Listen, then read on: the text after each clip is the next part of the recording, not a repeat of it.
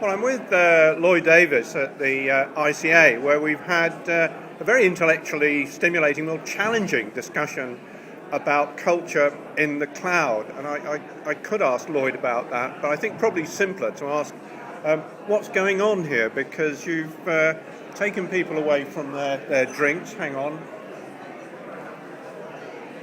They've been drinking in there, and just put our noses round the corner. Right here. We're walking into Waitress. We got some quieter, and it's fun. People are in little huddles, clusters, yes, cloudlets almost. Yeah. What's happening? I sense that this may be social artistry. I hope so. What I'm doing here is trying to have a more formal and structured conversation about things.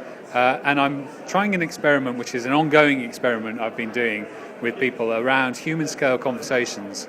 No more than 5 or 6 people in each group, and asking people to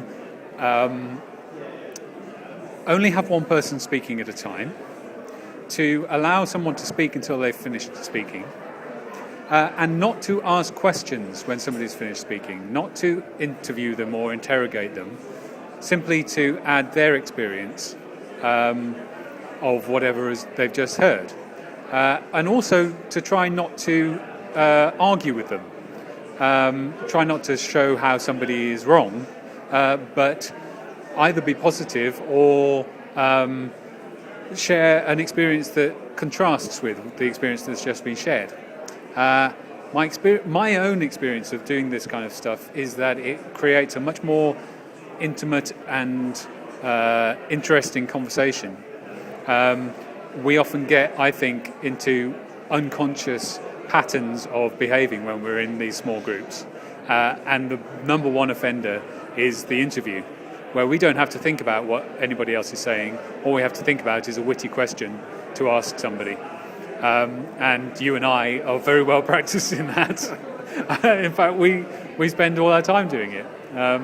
But I think it's an interesting exercise to do something differently.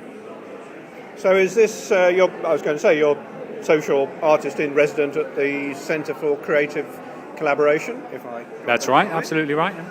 So is this part of the palette of the social artist? Well, I think so, yes. I mean, what I'm saying about the residency at the centre is that I'm running a number of experiments in how people interact with each other in order to look at how we best collaborate and what we can learn about collaboration from that. And this is just another one. But the great thing about being able to describe myself as a social artist is that my practice can go everywhere. And so the lines between what is stuff that is my consulting for the British Council and what is my social artistry for the Centre for Creative Collaboration, it's not that the lines are blurred, but they're overlaid on each other. There's benefit for everybody concerned if I can do these things and try these experiments out in a variety of forms and situations.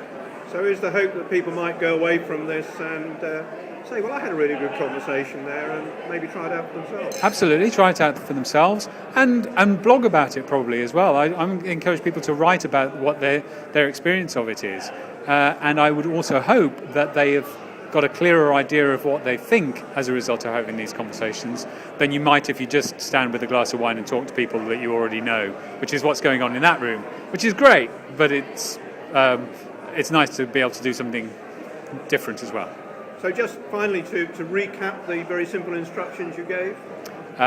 One person speaks at a time. We start in silence and we just wait for somebody to start speaking, sharing an experience of the theme, which is cloud culture, and try not to ask questions, try not to argue, and wait until somebody's finished speaking until you start speaking.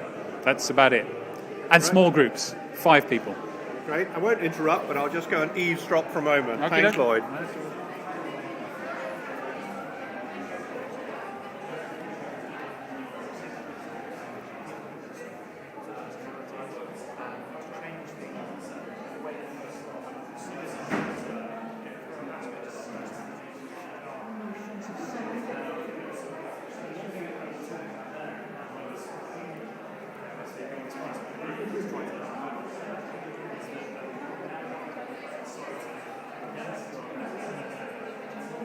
Well, it looks as though people are having some really good conversations there, but at the same time, looks as though the food and drink is still a pretty strong draw.